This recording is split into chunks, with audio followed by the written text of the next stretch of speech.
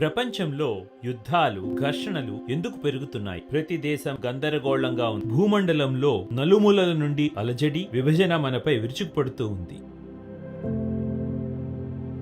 ఎందుకు? మనమే ఈ ప్రపంచం. ఎంతకాలం మనం మన అంతరంగంలో కోరికలతో పోరాడుతూ ఉంటాము, మన విలువలతో పోరాడుతూ ఉంటాము, మన ఆదర్శాలతో, భావాలతో పోరాడుతూ ఉంటాము. ఆ పోరాటం మన చుట్టూ ఉన్న ప్రపంచంలో యుద్ధాలుగా, అలజడులుగా ప్రత్యక్షమవుతూ ఉంటాయి. మన కుటుంబాలలో మనం ఒకరిపై మరొకరు ఎంతకెంత కోపాన్ని, విసుగును పెంచుకుంటూ ఉంటాము. మన అందరిలోని విసుగు అలజడిగా, పోరాటంగా రూపం ఇతర జీవరాశులను మనం ఎంతగా గాయపరచడానికి ప్రయత్నిస్తూ ఉంటాము. ఆ గాయం తిరిగి మనకు జబ్బులుగా, వేదనలుగా వస్తూ ఉంటాయి. మనలో ప్రతి ఒక్కరికి ఒక చాయిస్. మనం పరిష్కారంలో భాగం పంచుకోవచ్చు, లేదా సమస్యలో భాగం పంచుకోవచ్చు. ఎప్పుడైతే 80 లక్షల మంది వారి చైతన్యంలో మనోహర స్థితిలో స్థిరపడతారో, ఎప్పుడైతే 80,000 మంది ముక్తి చైతన్య స్థితిలో స్థిరపడతారో, ఎప్పుడైతే 8,000 మంది వారి స్వధర్మాన్ని కనుక్కొని వారి ధర్మాన్ని పాటిస్తారో,